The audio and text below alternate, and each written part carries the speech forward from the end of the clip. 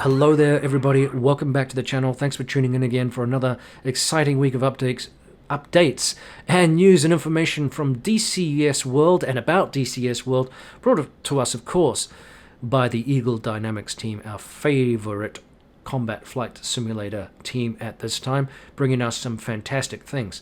Now, earlier in the week, I talked about the supercarrier, which our great friend Matt Wagner, aka Wags, brought to us a little video showcasing some of the fantastic features of that particular module, which we should hope to have and see in about 3 weeks or so. That was exciting news. And I didn't think it could get much better than that. And then today, Eagle Dynamics threw out this humdinger. This is absolutely outstanding. You guessed it. We talked earlier this year, and I mentioned that there was going to be a surprise aircraft this year that was going to be touted for release in DCS. Wasn't sure if it was going to be actually released this year. And there was going to be a new aircraft. We also had things like the Hind. We knew about a lot of the stuff. We knew about the MiG-23. We speculated that it might be something like the F-4 Phantom or a Tornado, which we're all looking forward to, maybe some sort of ground attack aircraft. Any number of speculative suggestions were thrown around. There were a few people that were on the money, though. On the money, the Eurofighter. That's right. That's what's being released, or will be at some stage. That's what's being touted as a new aircraft. The Eurofighter Typhoon 2. Now, I am absolutely shocked that this aircraft will be available. What is it, a Generation 4, late Gen 4, early Gen 5 aircraft almost? 26 years ago or so, this aircraft was first seen in our skies. I remember playing Digital Image Designs Eurofighter 2000, which I was absolutely blown away by. I read the manual, which was about 500 pages. I was just so excited about this. I spent a lot of time flying this aircraft through Norway and the fjords, and you're bombing tunnels and doing air-to-air interdiction and a lot of different cool roles. And there was a dynamic campaign. I thought it was the coolest thing ever. My brother actually got to meet one of the developers as a software engineer over here in the States somewhere. I think he was a British guy or somebody like that. But anyway, bumped into this guy and was like effectively one of my heroes. It was the coolest thing ever.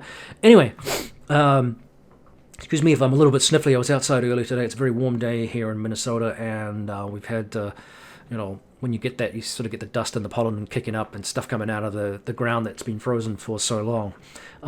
And that kind of hits my sign. I never used to get this kind of thing, but sometimes it just gets the sinuses going a little bit. Anyway, so if I'm sniffly, that's why. Anyway, so yeah, well, now we have this. Again, this is a shock to me because it's such a late model aircraft. Generally speaking, I mean, I scoffed at the thought that there would be a Eurofighter. You might as well say, oh, it's going to be the F-22 or the F-35, whatever.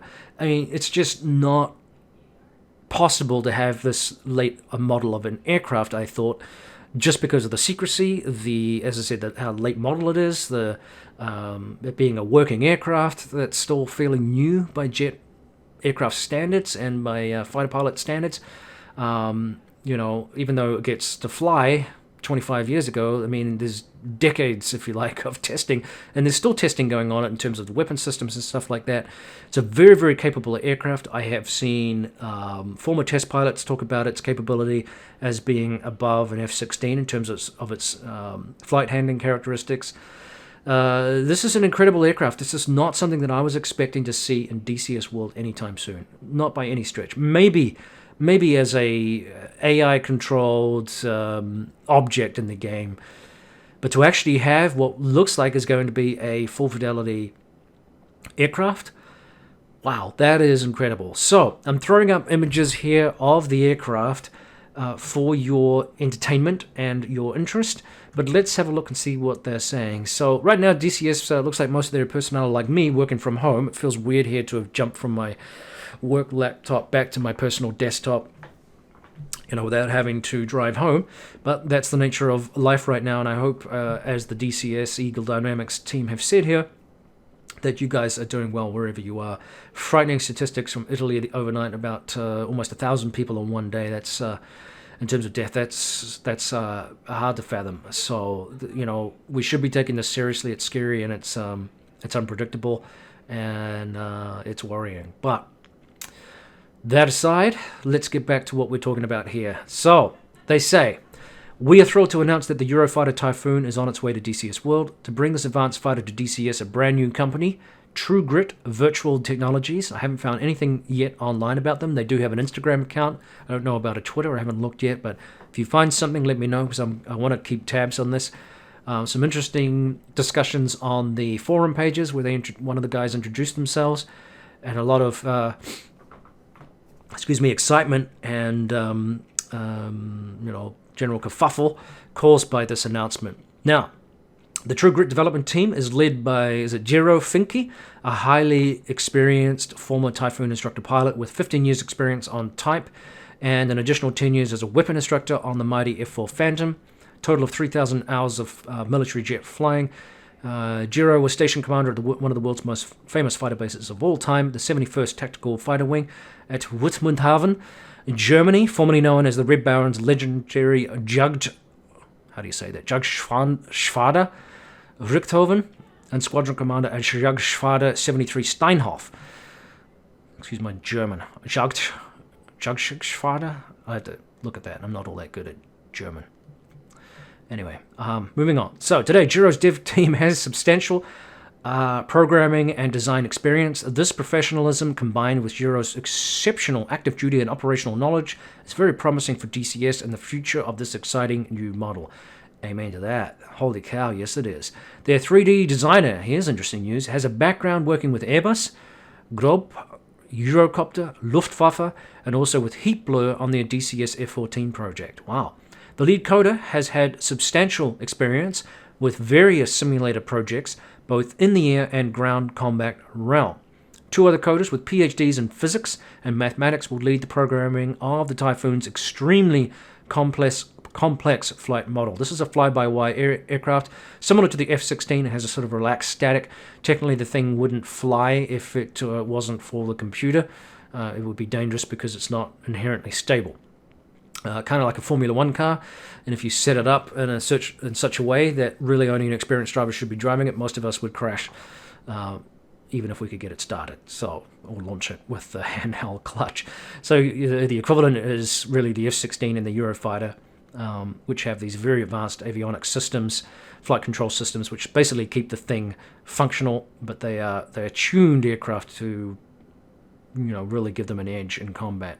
That makes them tricky to fly without, the appropriate tools and training, like any jet, but particularly with these ones. Anyway, in addition to Gero's personal input and contribution to this highly detailed simulation, the team has an excellent access to a number of subject matter experts, such as former instructor pilots, weapon instructors, and maintenance personnel. Their team stands right now in size at 15, but they are always on the lookout for experienced coders to continue to grow. See more development screenshots below. Those are what I'm showing you right now. That's a huge announcement. Like I said, I'm really, really shocked about this. Absolutely interesting.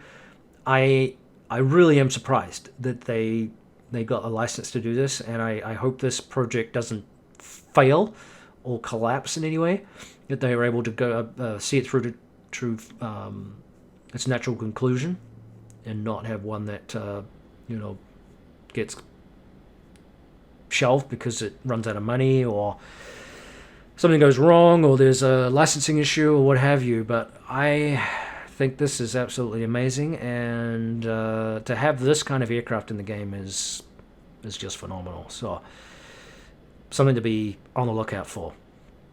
I will keep you posted with news about this, and feel free to reach out to me in terms of what you know, because I'm really excited about this. All right, on to the more mundane stuff. The stay-at-home sale continues, so save and fly for free. There's still some trials out there that we have. Well, the A10C finishes today. Tomorrow we've got the Harrier. The 31st and 30th we've got the M2000. Next month, beginning of next month, the Spitfire, then the Mustang, the FW190, the BF109, the Persian Gulf map. You get to play around on that. The Nevada map, the F86, the MiG-15, and then the Black Shark K-50 rounds out the end of April, or mid-April, I should say.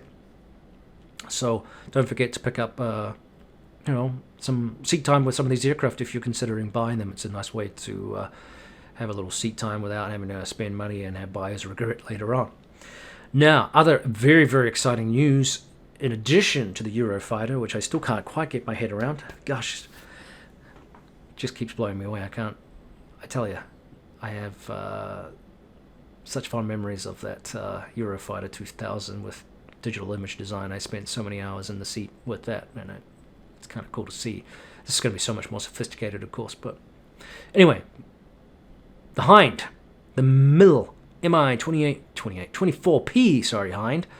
Development report here. The DCS MIL MI-24P Hind continues to make steady progress. Huzzah. The cockpit is currently in development and being added to the airframe, which is nice. And we have basic functionality implementation to follow. We expect to see the start of the integration of flight dynamics and power plant from mid-April. Screenshots as follows. And that's it.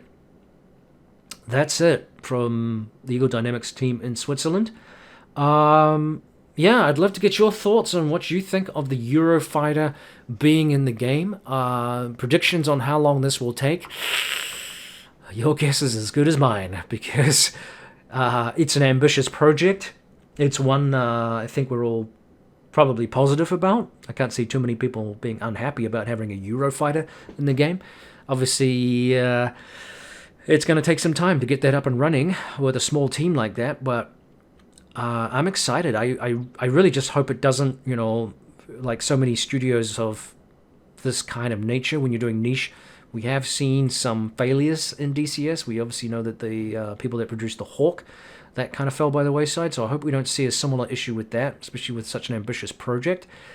That they don't run into any issues with licensing and stuff, but by golly, if all this works and comes together, we have, kids, boys and girls, ladies and gentlemen, we have a phenomenal number of aircraft coming through in DCS world. We have really a nice base platform right now to conduct, I hope, at some stage, a really nice dynamic campaign. We have, the building blocks with the aircraft carriers, with all the air bases we have, the different maps that are coming out, because remember, we still have some more maps coming through.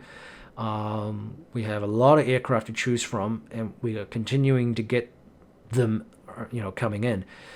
There's just so much to get excited about, and I think you have to consider too that a lot of these aircraft, while it's nice having a lot of aircraft, they're so involved, they take forever. Somebody posted something recently about the A10C and just how complex that is, and I second that. In terms of a list of aircraft, maybe I'll do a separate video on this, but if you're looking at the different types of aircraft, I guess you have kind of like medium difficult, and that's sort of like your warbirds, getting used to them, and they don't have complex avionics. And then you've got your high level difficulty, which is your sort of F-14s, and which isn't too bad, to be honest, starting it up and using it. But then you've got your high difficulty, like your F-18, and I would say extreme high, which is your, ultra steep learning curve A10C, which is just so complex, takes so long to, even just to turn the damn thing on. There's a lot of steps to take. So, even if we don't have a whole lot of aircraft, if that's something that you don't think we have a whole lot of, and I'm not even touching, rotary wing aircraft here, we have, there's a lot of work, there's a lot of material to sift through in terms of getting the best out of, your aircraft. So your, playability is very high. Frustration levels are probably also high, come to think of it. But, your replayability, because of that learning curve, is really, really high. I don't think I can take too many more aircraft, just from a time constraint point of view, if I want to be good at flying them. Especially these full fidelity. It's one thing to just hit a couple of switches and have the SU-27 up and running, which I think is fine, and it's probably a good thing in the game. But these full fidelity modules, they're a real work and study. They take a long time to get to grips with. So, good things? Yeah, sure it is. It's fantastic. Fantastic news. Huge announcement. So all the best to TrueGrit Virtual Technologies. I wish you all the best, and if you have any connects with them, I'd love to touch base with them and keep in touch with what's going on. They have an Instagram account apparently, TrueGrit, I think it is, at what was it, TrueGrit official on Instagram. But I haven't seen any other website yet, so looking forward to keeping in touch with these guys and seeing how things develop over the coming months and probably over the next year. I expect it's going to take some time, but what I do see and what you've been looking at looks good. So, alright guys, thank you so much for tuning in again to this week's update, and I will see you guys around. Keep flying. I hope you're all doing very well. Stay safe and take care out there. These are challenging times, and we need to do our bit to protect ourselves. So stay home, do some flying. Take it easy. Preppy Hedgehog out.